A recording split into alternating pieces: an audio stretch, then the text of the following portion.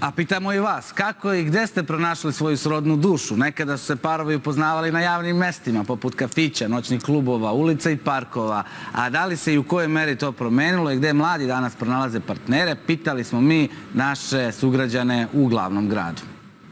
Kako se mladi upoznaju danas? Kako je vaše iskustvo? Gde vi upoznajete ljudi? Upoznali preko nekog drugog drugara. Na nekoj kućnoj žurci. Da. Ili tipa, ne znam, po klubovima ili tako nešto sad. Mislim da je to mnogo češće nego tipa u kafićima ili ovako na ulici. Mi smo se upoznali recimo u Poljskoj na razmini studenta Erasmus, ali uglavnom što se tiče mojih prijatelja, mojih vršnjaka da kažem, to je ili u nekom kafiću, ne znam, na Tinderu, na fakultetu, ukoliko se ode, ne znam, u drugi grad ili u istom gradu, tako da, to je to. A mi smo se upoznali na faksu.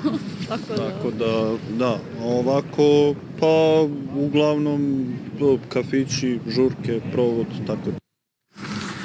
A da li je upoznati partnera danas teže nego ranije? Šta su nam društvene mreže olakštale, a šta otežale? Zašto ljudi zaziru da priđu onima koji im se sviđaju? Treba li se upuštati u veze na poslu, kao što to učinila naša Sanja Ignjatović-Eker? Ko su provodači u savremenom svetu? Ovo su samo neka od pitanja kojima razgovaramo sa Ljiljanom Lepšanović-Živanović iz agencije Fortuna, Jelisavetom Miletić iz Newsneta i članicom mog omiljenog podcasta, to je podcast Newsneta, i bračnim savjetnikom Nebojšom Savićem.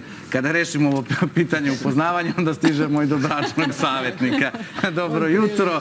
Pokušali smo mi da čujemo, nismo baš najbolje ovde iz studija čuli šta su rekli naši sugrađani, ali videli smo parove, što znači oni su uspeli da se upoznaju. Ljiljana, da mi prvo krenemo od vas, jer ste vi ovde, pa čini mi se najiskusniji kada je reč o sklapanju veza. Fortuna postoji skoro 40 godina. Upravo 40. 82. smo osnovani, da.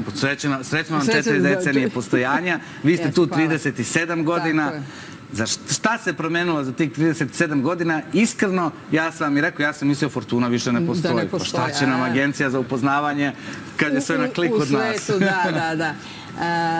Ja moram prvo da se zahvalim što ste pokrenuli ovu temu. Znate, o temi upoznavanje partnera iza koje najčešće stoji samoća, usamljenost, što je pošast savremenog društva, vrlo malo se priča. A ona je veliki problem, kako za pojedinca, ta samoća i usamljenost, tako i za društvo u celini. Samo, evo, kratko, ja sam inače sociolog po zanimanju, dovoljno je da kažem da ovaj popis pre 10 godina, 91. kad je bio, 46% ljudi je single, znači van braka. To je skoro polovina ljudi je da nisu u vezama, da nisu u braku. Čekamo sada rezultate ovoga popisa, sad kakav je bio, vidjet ćemo. Ja lično mislim da će taj broj biti još veći, jer dovoljno je da se okrenemo samo oko sebe ovako, pa da vidimo koliko ljudi koji bi trebalo, a i mladi, evo govorimo o mladoj generaciji, koji bi trebalo da su možda u braku ili u nekoj vezi, koji su single, ali tako je i sa srednjom generacijom. Pa reći vam mladi to što bi trebalo, mi sada više ne odgovaram tom, nego šta se promenilo za tih 37 godina? Da kažem prvo šta se nije promenilo. Pazite, nije se promenila ona ljudska potreba za bliskošću, za pripadanje, za ljubavlju. To je nama u genima, biološki je tako preodređeno. I znači to je bilo i ranije, bit će, mislim i sada je, a bit će sigurno i u buduće. A promenili su se, kako se situacija društvena menjala, promenili su se načini upoznavanja. Evo, ne idem baš puno daleko, ali i vi verovatno znate, učili ste u školi, postojali su ugovoreni brakovi kada su roditelji bili ti koji su upoznavali, jel tako, ljude i niti je ko bio šta pitan. Tata i mama rekli, odnosno porodice rekle, mora da se venčaš sa njime i to je to. Pomenut ću ja i neko svoje vreme, pre 30-40 godina, kad sam i ja bila mlada. Znate šta, tada je postojalo masovnih okupljanja, druženja. Postojale su, vi možda znate, izviđači, ferijalci, postojale su radne akcije. To su, pogotovo za mlade ljude, bile tako izvanredne prilike da se i druže i kroz ta druženja upoznaju partnere. Znači, evo sam da kažem, ja sam bila u zemunskim izviđačima, cela moja generacija, ja mislim da u godinu dana nas 10 parova smo se venčali. Eto, kažu i taj folklor da je čuvan po mnogo čemu. Da, bravo. Sad, Jelisaveta, gde danas se mi mladi upoznajemo? Da li su to društvene mreže zapravo preuzele primat? Pa čini mi se da jesu, ali evo kako su u ovoj anketi dosta mladih je navelo te kafiće kao mesto gde upoznaješ partnere. Meni se čini da postoji ta tendencija u kafićima da je muzika sve glasnija i glasnija, tako da ti ni ne možeš da čuješ nekog šta ti priča, pa mi se čini da ti se više isplati da odmah u startu razmenite brojeve telefona, da sedite u kafiću, pijete piće, ali da četujete. I kao onda malo vidiš ekspresiju, znaš, kao kako ti je forica prošla, ali ti nekako lakše, ne gubiš dah. Vi se samo smijete u sve tačno što govori Jelisaveta. Dobro, meni je simpatično. Od ostalih, možda neobičnijih mesta koje sam primetila da mogu da postoje kao mesto upoznavanje partnera, dečiji rođendani. Posebno za nas u 30. godinama, tu je nekako... Znaš, ok, dolaze naravno parovi sa decom, ali dolaze i ovi možda... Prijatelji koji su single. Tako je, između ostalih i mi, pa eto, nade i za nas.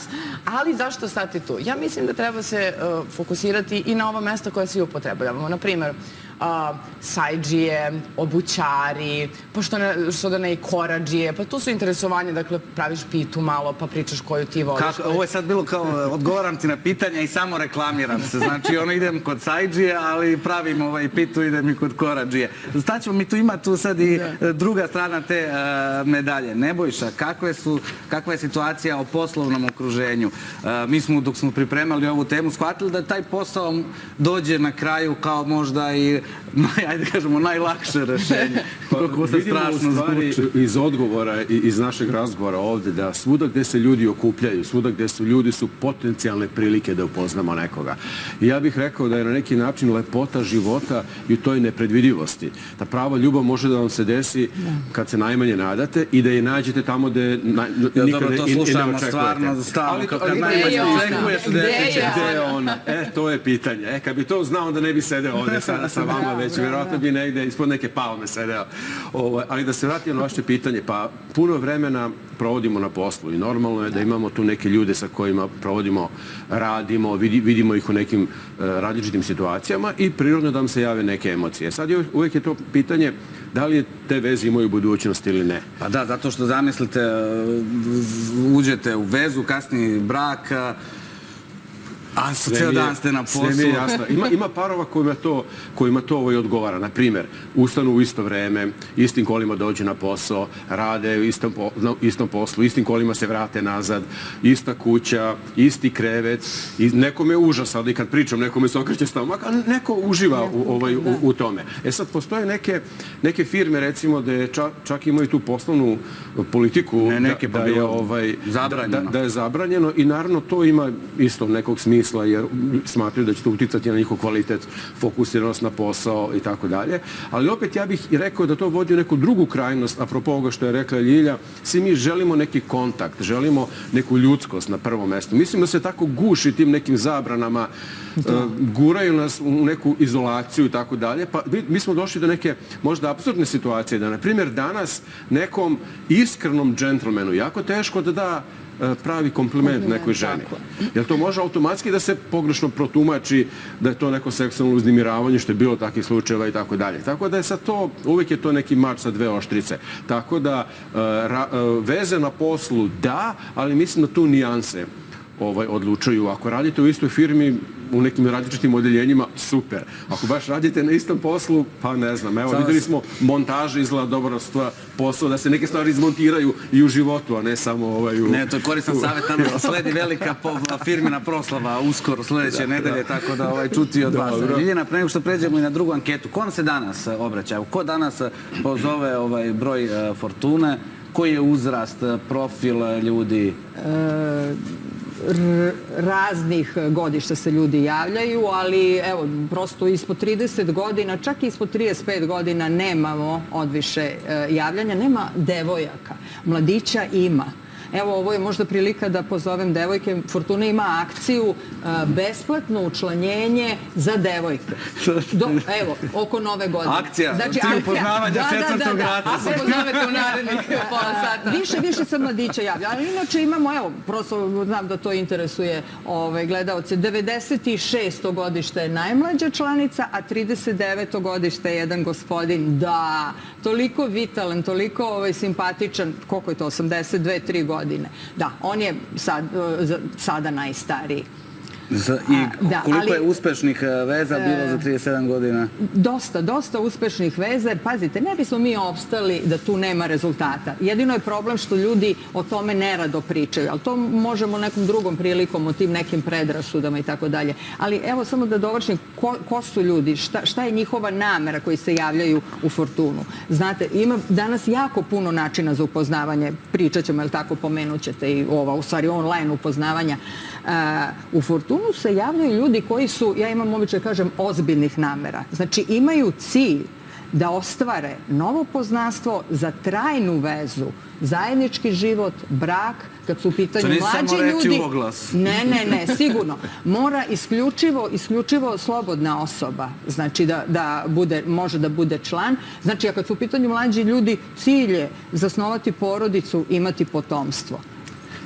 Pričat ćemo mi o tome dokle su nas dovele digitalne aplikacije, ali hajdemo mi da još jednom čujemo šta kažu naši sugrađani. Čuli smo da su se mladi koji smo sreli na ulicama naše prestonice upoznali na najrazličitijim mestima, na fakultetu, privatnoj žurci ili čak na razmeni studenta u drugoj državi. Međutim, svedoci smo i sveg većeg upliva interneta, pomenutog i društvenih mreža u naše živote. Sad, da li je tu budućnost sklapanja novih poznanstava i komunikacije?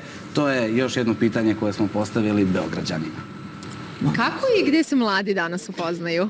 Kako i gde? Pa na društvenim mrežama najčešće. Možda i na ulicama, otko znam. A kako je tvoje iskustvo? Pa na ulicama preko društva i to je to. I društvene mreže, ali to javljanje mi je malo strano. Pa pošto se mi bavimo salsom i stalno idemo na te žurke, uglavnom ljudi iz tog sveta, plesači, znači žurke koje se organizuju, festivali, časovi eventualno i tako. Sad je najzastupljeniji Instagram i te neke društvene mreže, ali ja evo imala sam dosta iskustva u autobusu, u prevozu, ne znam, u nekoj prodavnici, standardno bukvalno danas svuda, ali najviše u klubovima i u kafićima. To može da bude najobičnije mesto, a može da bude izlaza, kafa. Ja sam puno ljudi upoznala na ulici da mi priđe neko s bilo kojim pitanjem i uđemo u komunikaciju, tako da stvarno zavidim. Uglavnom preko interneta, preko društvenih mreža, da. Prijatelji, kolege, društvene mreže, dating aplikacije, nastavljamo razgovor o tome ko su u današnje vreme najbolje provodadžije sa Ljiljanom Lepšanović-Živanović iz agencije Fortuna, Jelisavetom Miletić iz Newsneta i Nebojšom Savićem, bračnim savjetnikom. Jelisaveta, dokle su nas dovele dating aplikacije i Instagrami? Pa ako sklonimo na stranu postojanje, to je širenje tih obskurnih likova i ostalih stanja svesti, mislim da su pomogle sigurno ljudima. Jednostavno, ne bih voljela sad da posmatramo sve kao negativno i sad kao to je zlo, internet je zlo. Ne, nije, mislim, vrlo je pomogao mnogim ljudima, kao što je nekada Fortuna i danas pomaže, tako mislim da i Instagram, i Tinder, i čak i Twitter pomažu ljudima da se upoznaju, nekako da se skapiraju. Mislim da velika stigma postoji oko Tindera, da je samo aplikacija koja se koristi za pronalaženje seksualnih partnera, ali mislim da to isto, kako bi rekla, jedan stereotip. Uvek postoji jedna osoba koja zna neku osobu koja je baš tamo upoznala dečka i evo, udala se. Ja znam jedan bračni par sa Tindera koji evo ima i sina uveliko, ali znam i anegdotu kada su ih pitali gde ste se upoznali, kako ste se upoznali, kaže preko Tindera, pa je sledi odgovor ko je taj Tinder? Da može i meni da pomogne. Sada, vi ste autobus 37 je bio Tinder vašeg vremena. Jeste, ja sam svoju suprugu upoznao u 37, vidio sam je 2-3 nedelje za redom u isto vreme, a uvek je bila sa majkom. I naravno nisam tad mogao da je priđem, ali sam vidio da silazi na moje stanice i onda sam se raspitao, dobio sam njen broj telefona. I onda sam okrenuo i rekao sam, ja sam tebe vidio u autobusu, ti se meni dopadaš, da li bi ti izašla sa mnom, i tako smo malo pričali, tako da evo, 30 godina u braku, sledeće godine 3 dece. Pazite za kim se okrećete u autobusu. Ćete proslaviti u 37-ici. Da, to je dobra ideja. To možemo 37. godišnjicu u 37-ici. Ovo je sad neka reklama za gradski saobraćaj. Neka se deli savjeta. Sad kaže, Nebojša, poslao sam im poruku, našao broj telefona, a danas, boga mi, imamo i taj moment gde to može da se protumači na sasvim drugačiji način, da te poruke dospeju i sad imamo krajnosti, znači sve iz krajnosti u krajnost. Sad koliko to dodatno, sad da li kažemo, komplikuje, da ne kažemo težava upoznavanje? Pa sigurno da je lakše da te neko odbije preko društvenih mreža nego uživo, jer ne vidiš prosto kako izgleda taj hladnokrvni, to hladnokrvno ne.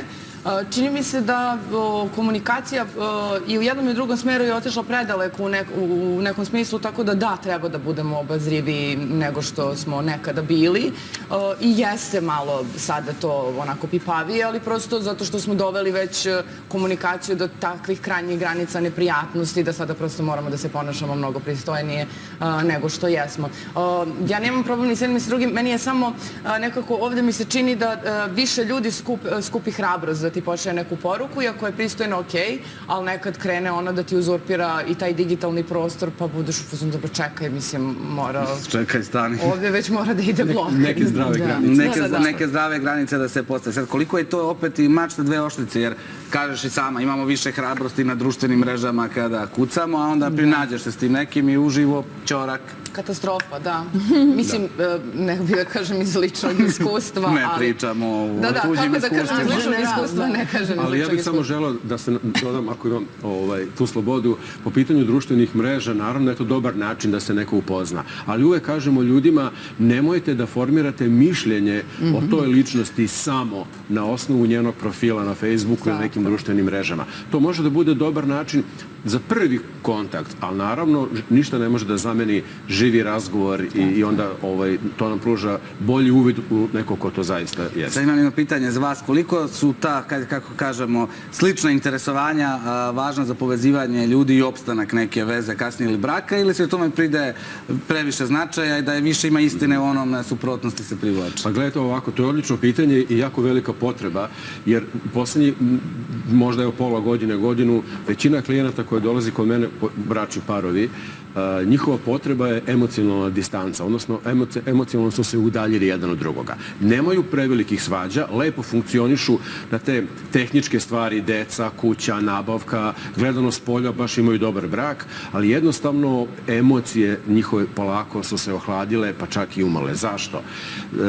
Po pitanju tih razlika, mi često kažemo, razlike nas privuku nekoj osobi, ali zajedničke stvari, zajednička interesovanja nam pomažu da ostanemo u toj vezi. Tako da je u ovom vremenu koje da svi mi žurimo, imamo malo kvalitetnog vremena jedan za drugoga, jako je bitno da par pronađe nešto što vole oboje da rade i da to praktikuju nedeljno, na nekom nivou, redovno, da li to vožnje bicikle, trčanje, muzej, jednostavno bilo šta oboje uživaju, to im pomaže da ostanu bliski i da te emocije hrane stalno jedan sa drugim. Tako da je to vrlo dobro pitanje i baš mi drago što možemo na ovakav način da to saopštimo. Ljiljana, mene zanima kada im se jave u Fortunu, da li ima onih koji su pokušali dating aplikacije, društvene mreže i rekli ne mogu, ovo je za mene previše komplikovano, ne znam tamo ko je s druge strane, hajde vi meni fino to sve. Pa nema dana da se tako neki ne javi. Jeste. Probaju ljudi. Meni je to isto okej. Ja i kažem, Fortuna recimo samo šansa plus. I svima ja kažem, pokušavajte vi i na ostale načine. Samo ja lično mislim, pazite, to je iz moje neke perspektive, verovatno ove mlađe generacije bit će to sve sređenije, ali govorimo znači za ovu generaciju iznad 35 godina i starije. Ja imam običaj da kažem... Ovdje se suza iz grudi moja. Sad mi stigla upravo poruka. Pozdrav za koleginicu Bojanu, kaže, od kad se ti padaš među mlade? Ne. Kod nas su kriterijumi malo pomereni. I onda ljudi, da, ja kažem, koristite sve načine, ali hoću da kažem, imam običaj da kažem da je korišćenje tih aplikacija i online upoznavanja za ljude sa jakim stomakom. Znači, pa šta to znači? Po znacima navoda. Znači da, najveći problem iz moje perspektive tih društvenih mreža i online upoznavanja jeste mogućnost anonimnosti. To daje ljudima opet za mogućnost da se jako lažno predstavljaju, da stavljaju slike koje nisu verne sadašnjem izgledu, da pišu o sebi ono što nisu. To je jedna stvar. I onda naravno kad se vi vidite sa tom osobom, pokušavali su recimo naši članovi, to dođe do razočarenja.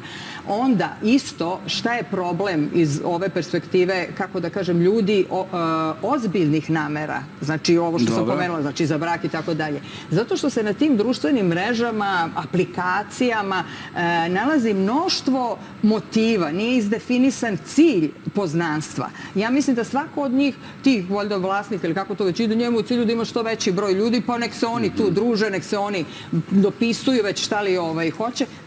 Znači, ja sad hoću da upoznam osobu odgovarajuću za brak, a meni se tamo javlja neko, recimo počne dopisivanje, javi se neko ko je u vezi ili čak u braku. Znači, to nije to, a nema ko, je li tako?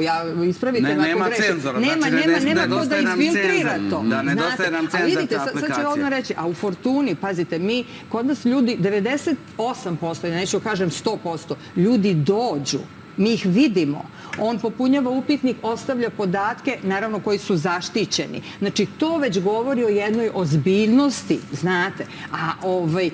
Znači, toga na društvenim mrežama nema. Znači, lažni profili, mnoštvo tih motiva, ima ljudi koji su u braku, a ladno imaju profil i već hoće se zabaviti. To već druga tema.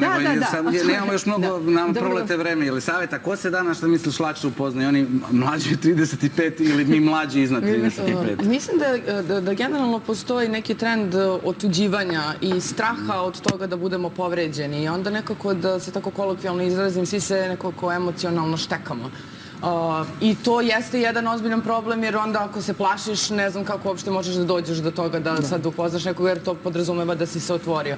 Ali ja bih za kraj stvarno volila jednu stvar da kažem, bez obzira što naravno svi želimo da imamo partnera i da budemo srećni, zaljubljeni i tako dalje, volila bih da kažem da postoji taj teror uparivanja i da sad svi moramo da nađemo partnera i da sad ako se žena nije udala i nije ostvarila tako, pa propade ceo svet, a muškarac pa dođe do 40 neke, pa mislim možeš sad, ako ti nije frkano. Kao vino.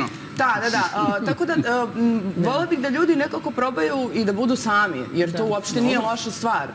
Pa ako osvojiš onda to u teritoriju slobode, možda će ti onda biti i lakše da upoznaš nekoga, zato što iz tog grča moramo da upoznam nekog, moram da imam momka, moram da imam ženu, mislim, samo nekako srljamo i pravimo... I odbijamo u stvari ljude tom svojom preteranom ili spuštamo sopstvene standarde i pravimo pogrešne izražaje. Gospodin autobus 37, tako ću vas ne bojiš od sad pamti. Vaš savjet, evo za kraj, pošto ste... asocijacija. Pa Boga mi da znate da jeste, pošto ste se naslušali i dobrih i loših bračnih odnosa i najrazličitijih iskustava, u 2 rečenice kada biste davali savjet nekome ko sada razmišlja da li da instalira aplikaciju, pozove gospođu Ljiljanu i Fortunu. Pa ja bih ipak rekao... Ili da, što kaže, Jelisaveta odmori malo. Ja bih ipak rekao, sedite u 30 sedmicu. Hoću da kažem, ja pripadam toj generaciji, mislim nekako da je naša generacija, Ljiljo, uz poštovanje, nekako mi smo bolje prošli po ovom pitanju. Ništa ne može da zameni živi kontakt. Tako da nemojte se bojati odbacivanja. Svi mi odbacujemo nekoga i bivamo odbačeni. Ali ako imate jedno zdravo pouzdanje, shvatite da je to sve deo života i biti odbačen, to samo znači nisam napravio grešku. Znači, posmatramo to sa neke vedrije strane. Tako ćemo i da završimo. A žene, izvinjavam se, mislim da više vole direktni pristup, sviđaš mi se, naravno sa nekim zdravim granicama. Evo, ispravite me. Sa akcentom na zdravim granicama. Krenite ka ljudima. Ako se osjećate usamljeni, loše se osjećate zbog toga. Ja dozvoljavam mogućnost da neko izabere jedan period u životu, samoću kao način života. Ali, ako osjećamo teskobu zbog te situacije, ja radim u Fortuni, mi smo bračna agencija, ali ja ću reći, koristite sve načine koji po vašem, kako da kažem, stomaku, prirodno, bi mogli da donesu rezultat. Znači, najlošije je svoj problem potiskivati, zamaskirati raznim drugim stvarima stvarima, a ništa ne preduzimati. Znači, Nebo je granica, akcija, direktno autobus, 37, akcija. to. Hvala najlepše. Bilo je zadovoljstvo razgovarati s vama. Hvala. Proletelo je zaista Jeste, ovako brzo. vreme.